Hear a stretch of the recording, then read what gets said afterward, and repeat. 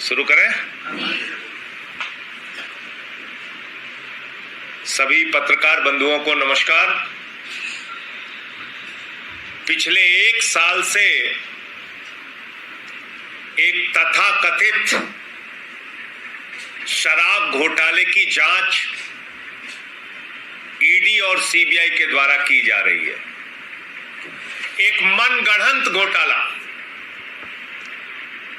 एक काल्पनिक घोटाला, जो घोटाला हुआ नहीं उसकी जांच चल रही है। जांच पे जांच चल रही है, फिर जांच चल रही है, फिर जांच पे जांच चल रही है एक साल से। और बार बार ईडी अपनी स्टेटमेंट चेंज करती है। कभी कहती है 100 करोड़ का घोटाला हो गया, कभी कहती है 1000 करोड़ का घोटाला हो गया। मैंने कई बार प्रेस कॉन्फ्रेंस करके ईडी के चेहरे को बेनकाब करने का काम आपके सामने किया है। मैंने बताया कि किस तरीके से चंदन रेड्डी के कान के पर्दे फाड़ के उसको मारपीट करके उसका स्टेटमेंट लिया गया। मैंने बताया कि कैसे एक व्यक्ति को धमकाया गया कि तुम्हारी बेटी कॉलेज कैसे जाएगी, हम देखेंगे। मैंने पहले भी बताया कि कैसे ईडी ने झूठा बेबुनियाद आरोप लगा के सारे फोन अपने पास रख के यह कहा कि मनीष सिसोदिया ने फोन तोड़ दिया, फोन तोड़ दिया, फोन तोड़ दिया। मैंने आपको यह भी बताया कि किस तरीके से झूठा बेबुनियाद आरोप लगा के मेरा नाम चार्जशीट में शामिल करने का काम ईडी ने किया। और जब मैंने ईडी को नोटिस दिया तो बोले साहब गलती हो गई, लिखना था राहुल सिंह, लिख दिया संजय सिंह। इसका मतलब वो तमाम घटनाएं जो थी वो पूरी तरीके से सच थी। ये बात साबित होती है कल की घटना से। कल जो कुछ हुआ उसने पूरे हिंदुस्तान को, पूरे देश के लोगों को हैरान करके रख दिया। नरेंद्र मोदी जी की सबसे प्रिय संस्था ईडी, जिसको अपने साथ लेके हाथ में हाथ मिला के मोदी जी कहते हैं ये ईडी है, इसके जरिए हम भ्रष्टाचार खत्म करेंगे, ये ईडी है, इसके जरिए भ्रष्टाचार खत्म करेंगे। वो ईडी एक्सटॉर्शन डिपार्टमेंट बन गई है। Extortion department. ईडी नहीं है, ईडी एक्सटॉर्शन डिपार्टमेंट है। ईडी धानुकाही का डिपार्टमेंट है। और ये बात मैं नहीं कह रहा हूं, ये बात सीबीआई कह रही है। ईडी का असिस्टेंट डायरेक्टर 5 करोड़ रुपए की रिश्वत लेते हुए पकड़ा गया 7 लोगों के साथ। 7 लोगों के साथ 5 करोड़ की रिश्वत। किस मामले में? दिल्ली शराब के तथाकथित घोटाले के मामले में एक आरोपी को बचाने के नाम पे 5 करोड़ रुपए की रिश्वत एक आरोपी के बाप से ली गई, अमनदीप ढल के बाप से ली गई। यह एक्सटॉर्शन डिपार्टमेंट की हकीकत है। यही कर रहा है ईडी पिछले 1 साल से। इस घोटाले की जांच के नाम पर, इस तथाकथित घोटाले की जांच के नाम पे कभी मनीष सिसोदिया को गिरफ्तार किया जाता है, कभी किसी को गिरफ्तार करके जेल में डाला जाता है। और हर दिन झूठी खबरें। कभी कहा फोन तोड़ दिया, कभी कहा 54 करोड़ की संपत्ति बरामद हुई, कभी ये स्टोरी, कभी वो स्टोरी। और पूरे देश में यह सिलसिला मोदी जी के आने के बाद चला रखा ईडी ने। पिछले 9 वर्षों में 3000 केसेस ईडी ने, 3000 छापेमारी ईडी ने की और मात्र 23 लोगों पर आरोप सिद्ध कर पाए। 0.5% ईडी का कन्विक्शन रेट है। ये ईडी किस लिए बना है भाई? नरेंद्र मोदी जी, आपने एक्सटॉर्शन डिपार्टमेंट किस लिए बना रखा है? महाराष्ट्र में विधायक तोड़ने के लिए, कर्नाटक में विधायक तोड़ने के लिए, मध्य प्रदेश में विधायक तोड़ने के लिए, गोवा में विधायक तोड़ने के लिए, उत्तराखंड में विधायक तोड़ने के लिए, अरुणाचल में विधायक तोड़ने के लिए, दिल्ली में विधायक तोड़ने के लिए, पंजाब में विधायक तोड़ने के लिए, पूरे देश में विधायकों को तोड़ने के लिए एक्सटॉर्शन डिपार्टमेंट ये बना रखा है। इनको गुंडागर्दी का लाइसेंस दे रखा है आपने। जाओ झारखंड में गुंडागर्दी करो, जाओ बिहार में गुंडागर्दी करो, जाओ बंगाल में गुंडागर्दी करो, जाओ पंजाब में गुंडागर्दी करो, महाराष्ट्र में गुंडागर्दी करो, कर्नाटक में गुंडागर्दी करो, दिल्ली के अंदर जा जाके रोज गुंडागर्दी करो। ये गुंडागर्दी का डिपार्टमेंट बना रखा है आपने। मैं तो माननीय सर्वोच्च न्यायालय से निवेदन करना चाहता हूं कि इस ईडी डिपार्टमेंट को बंद किया जाए। इसकी कोई आवश्यकता नहीं है। ये सिर्फ भारतीय जनता पार्टी के गुंडागर्दी का फ्रंटल है, इसके अलावा कुछ नहीं। ये गुंडागर्दी का विंग है, ये एक्सटॉर्शन विंग है भारतीय जनता पार्टी का। ये एक्सटॉर्शन डिपार्टमेंट है ईडी। पैसे वसूल रहे हो, घोटाले की जांच में घोटाला, घोटाले की जांच में घोटाला। कह रहे साहब हम घोटाले की जांच कर रहे हैं, उसके नाम पे रिश्वत खा रहे हैं। अच्छा, ये ईडी के अधिकारी करें क्या?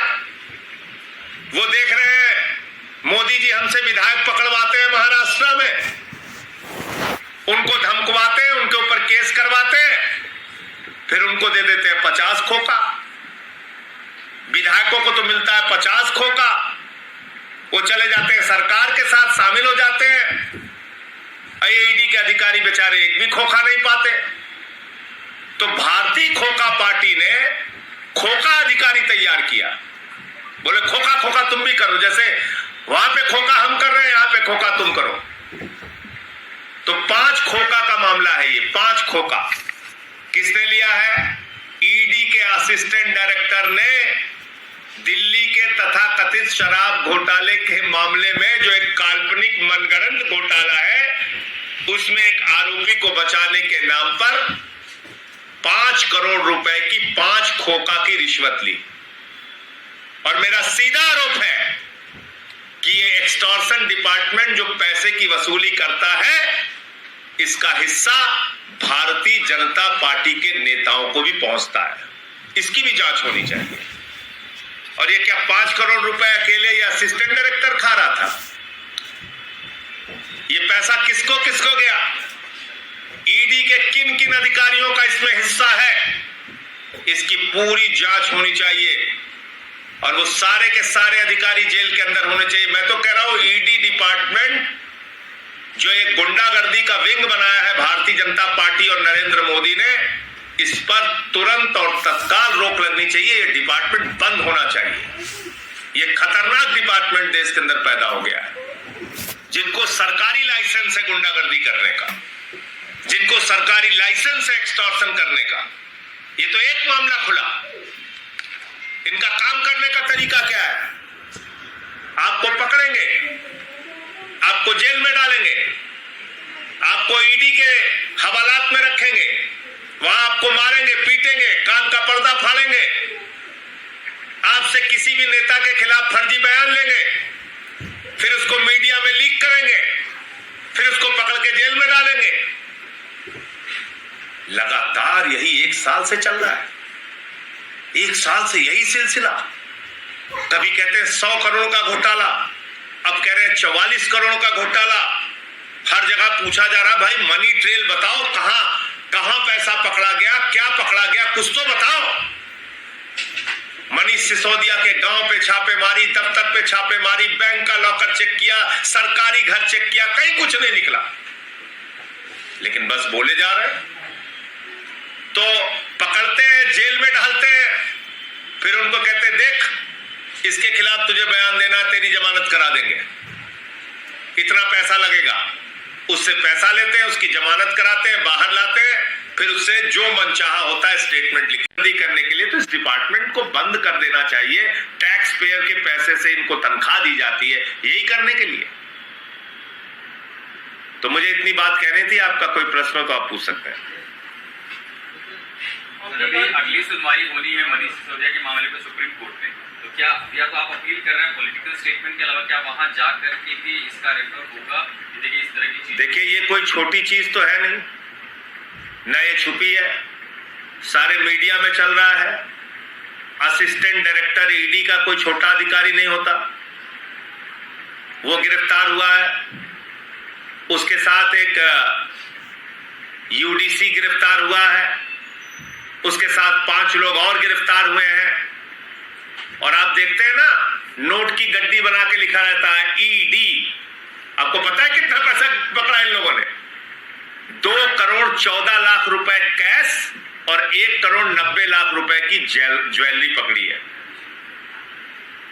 2 करोड़ 14 लाख रुपए कैश और 1 करोड़ 90 लाख रुपए की ज्वेलरी पकड़ी है एक चार्टेड अकाउंटेंट के यहां से, जो इस पूरे मामले में शामिल था। आप बताइए, कहीं आप लोगों को खबर पता चली? किसी को कानो कान पता चला? 14 रुपए जिस मनीष सिसोदिया के घर से बरामद नहीं हुआ, उसको बदनाम करते हैं।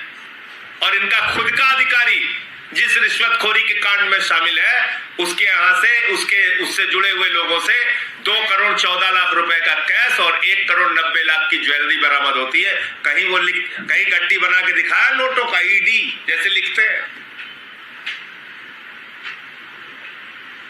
तो निश्चित रूप से मीडिया में भी खबरें चल रही हैं, अखबारों में भी खबरें आई हैं, और माननीय सर्वोच्च न्यायालय भी इस घटना का संज्ञान जरूर लेगा।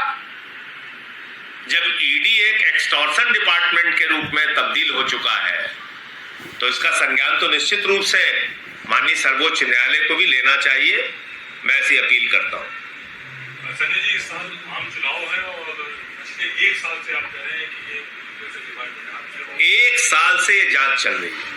तो आने वाली जो आपने कभी नहीं सुना होगा, 1 साल से जांच चल रही है और एक जीरो भी, मतलब कहीं भी कोई तथ्य आज तक कोई प्रमाण नहीं दे पाया इस पूरे मामले में। क्या कर रहे हैं? मैंने जैसा आपको बताया, कोई व्यापारी है, उसको उठा लिया, मारा पीटा, जो मनचाहा बयान लिखाया और उससे पैसे लेके उसकी जमानत करा दी, जा बेटा बाहर। यही कर रहे हैं। तो इसलिए पहले दिन से हम लोग बताए, बहुत सारी चीजें मैंने ईडी के बारे में अलग अलग समय पे प्रेस कॉन्फ्रेंस, ये ब्लैकमेलिंग का डिपार्टमेंट है भाई, ब्लैकमेलिंग करते हैं। आप देखिए, मेरा नाम चार्जशीट में इन्होंने बेबुनियाद तरीके से डाला। अगर मेरी जगह कोई और व्यापारी होता, कोई होता, उसको पकड़ के ले जाके मारते पीटते, वसूली करते। मैंने खुद इनको नोटिस भेजा तो कहने लगे नहीं साहब गलती हो गई, लिखना था राहुल सिंह, लिख दिया संजय सिंह। मैंने कहा नीरव मोदी की जगह नरेंद्र मोदी लिख दोगे तो बड़ी गड़बड़ी हो जाएगी। पता चला मोदी जी को गिरफ्तार करने पहुंच जाओगे तुम लोग, 7 RCR। अब तो लोक कल्याण भवन मार्ग क्या हो गया जी? कुछ पूछ रहे थे आप? 31 और 1 को इंडिया अलायंस की मीटिंग है। यहाँ पर ये जो ईडी का आपके कहने का अनुसार जो द इलीगल और unlawful act that it is doing, ये सारे घटक दलों के लिए एक इशू होगा, इसको आप मुद्दा करेंगे? देखिए, बहुत सारे विषयों पे चर्चा हो गई। मणिपुर का मामला है, मेवात का मामला है, और जिस तरीके से पार्लियामेंट को हाईजैक करने की कोशिश की जा रही है वो मामला है, और ईडी के दुरुपयोग का तो एक नहीं अनेक मामला सामने आया है सबके खिलाफ। और मैं तो कह रहा हूं कि भाई ये कौन सी ईडी है जिसका नजरिया अजीत पवार के बारे में उस दिन तत्काल बदल जाता है जिस दिन वो बीजेपी में शामिल हो जाते हैं? ये कौन सी ईडी है कि जो भी मोदी वॉशिंग पाउडर से नहला दिया जाता है उसके खिलाफ कार्रवाई नहीं करती, और दूसरे लोगों के खिलाफ, जिसके खिलाफ मोदी जी कहते हैं इसको पकड़ लो उसको पकड़ लो, पकड़ रहे हैं। और अब तो एक्सटॉर्शन का ये मामला सामने आ गया, धन उगाही कर रहे हैं। तो आप इसको इशू बनाएंगे क्या? ये जो घटक दल पाकियास है, इनके लिए ये मुद्दा बनेगी? सारे विषयों पे चर्चा होगी, इस पे भी बातचीत करेंगे हम लोग। शीट शेयरिंग की बात होगी, सारे विषय पे जो मुद्दे बेंगलोर की मीटिंग में रह गए थे और पटना की मीटिंग में, उससे आगे की बातचीत होगी। अभी तो इंडिया गठबंधन का नाम पिछली मीटिंग में तय हुआ था, और इसके बाद अब जो मीटिंग हो रही मुंबई में उसमें कब बहुत सारी चीजों पे और बात है। इंडिया गठबंधन के कन्वीनर के नाम की चर्चा को लेकर नीतीश कुमार नाम को लेकर आरजेडी भी सपोर्ट कर रही है, ममता बनर्जी का एक नाम आ रहा है, तो आम आदमी पार्टी क्या इस बारे में सोचिए, आप किसके नाम का समर्थन करते हैं या क्या? वो पार्टी के राष्ट्रीय अध्यक्ष केजरीवाल जी तय करेंगे, और जब ये चर्चा के दौरान बात आएगी कि कौन कौन से लोग राष्ट्रीय संयोजक के लिए किन किन लोगों का नाम है, उसके बाद केजरीवाल जी तय करेंगे। सर, प्रधानमंत्री पद के उम्मीदवार को लेकर भी चर्चा है सर, इससे जुड़ा हुआ सवाल मैं आपसे कह रहा हूँ, समय का इंतजार कीजिए, धीरे धीरे बहुत सारी चर्चा होगी, बहुत सारी बातें तय होंगी, वो आपको जानकारी देंगे। अयोध्या को लेकर के कि 24 का चुनाव जीतने के लिए जब मंदिर का उद्घाटन होगा, बहुत सारे लोग ट्रेन में जब जाएंगे उस समय पथराव करवाया जाएगा, ट्रेन के ऊपर आके गोले छोड़ जाएंगे और पूरे देश में दंगे होंगे। किसका बयान है? संजय राउत जी ने कहा है। देखिए, ऐसा है कि भारतीय जनता पार्टी का काम करने का जो तरीका है, उसको लेकर ये शंका लोगों के दिमाग में है, और जायज शंका है। जैसे दिल्ली के अंदर बीजेपी ने चुनाव के पहले दंगा कराने का भरसक प्रयास किया, और ठीक चुनाव के बाद आपने देखा कि यहां पे दंगे हुए। हरियाणा में सब कुछ खट्टर साहब की जानकारी में था, वहां की सरकार के जानकारी में था कि तनाव की स्थिति है, लेकिन वहां पर जानबूझ के प्रशासन ने ढिलाई की और फसाद हुए, दंगे हुए। जो हरियाणा कभी भी सांप्रदायिक दंगों की चपेट में नहीं रहा, वो चपेट में आया भाजपा के राज में। मणिपुर देखिए, तो ये दंगों और फसाद के जरिए चुनाव जीतने का प्रयास करते हैं। ये कोई नई चीज बीजेपी के बारे में नहीं है। इनके पास काम तो कुछ है नहीं। बेरोजगारी पे सवाल करोगे, कोई जवाब नहीं। काला धन पे सवाल करोगे, कोई जवाब नहीं। किसान का फसल दोगुना करने पे सवाल पूछोगे, कोई जवाब नहीं। महंगाई कम करने पे सवाल पूछोगे, कोई जवाब नहीं। तो जो जिस पार्टी ने कोई काम नहीं किया, 2% देश के एजुकेशन का बजट है। इंडिया अलायंस की तरफ से वो प्रधानमंत्री का चेहरा हो सकते हैं, क्या मतलब क्या निकालते हैं? अरे भाई, कांग्रेस ही है। मैं सिर्फ आपको इतना ही कह सकता हूं कि जो भी मीटिंग के अंदर चर्चा होगी, 2 दिनों की मीटिंग है, 31 और 1 की, उसके बाद सारे गठबंधन के दल बैठकर उनके नेता प्रेस कॉन्फ्रेंस करके एक एक चीज की जानकारी मीडिया को देते हैं। तो कुछ भी छुपाने का या कुछ भी पहले बताने का कोई मतलब नहीं है। तो इसलिए मीटिंग होने दीजिए, मीटिंग में जो चीजें तय होंगी आपके सामने आ जाएगा। अच्छा, चुनाव कैसे लड़ा जाएगा? चुनाव निश्चित रूप से अगर 26 दल एक साथ मिलकर लड़ रहे हैं, तो उसमें कौन कहां से लड़ेगा ये तो तय होगा ही। तो उसमें कोई सर, आपकी समझ से इस वीडियो का मतलब क्या है जो कांग्रेस शेयर किया है? इसमें राहुल गांधी रेडिया दिखाएगा। अरे भाई, अपने पार्टी हैंडल से उन्होंने कुछ ट्वीट किया है, तो सभी पार्टियां अपना अपना कैंपेन चलाती हैं, कुछ ना कुछ ट्वीट करती हैं। उस पर क्या कि नई पार्टियां कुछ जुड़ सकती हैं जो अभी तक एनडीए के साथ हैं? जुड़ेंगी आगे, निश्चित रूप से और जुड़ेंगी। बातचीत चल रही है सर और किसी से बातचीत चल रही है उसकी मुझे जानकारी नहीं है, लेकिन निश्चित रूप से ये जो इंडिया का परिवार है, ये धीरे धीरे आगे और बढ़ेगा ही बढ़ेगा। आपने लोगो देखा है? Have you seen the logo? ये तो आप ही लोग चला रहे हैं मीडिया में। जब वहां पे जाएंगे पता चलेगा, हम लोग भी देखेंगे कि हाँ, अब उसके पहले ही कोई लोगो आप लोगों ने जारी किया, वही देख रहा हूँ ट्विटर पे। मैंने आधिकारिक रूप से ऑफिशियली कोई लोगो नहीं देखा। आपने तो सुझाव दिया हो, आपसे मांगा गया हो लोगों के लिए। अब मैं कहता रहा हूँ, जब मीटिंग में जाएंगे तो की ओर से मल्लिकार्जुन खड़गे का नाम आ रहा है कि उनको कन्वीनर के तौर पर आगे देखा जाना चाहिए। आम आदमी पार्टी की राय इस पर क्या होगी? देखिए, जहां 26 दल है, हर पार्टी के नेता कुछ न कुछ स्टेटमेंट देंगे, कोई न कोई बयान देंगे, लेकिन जब कोई किसी भी गठबंधन में आप होते हैं, उसमें कोई फैसला सामूहिक तौर पे तय होता है।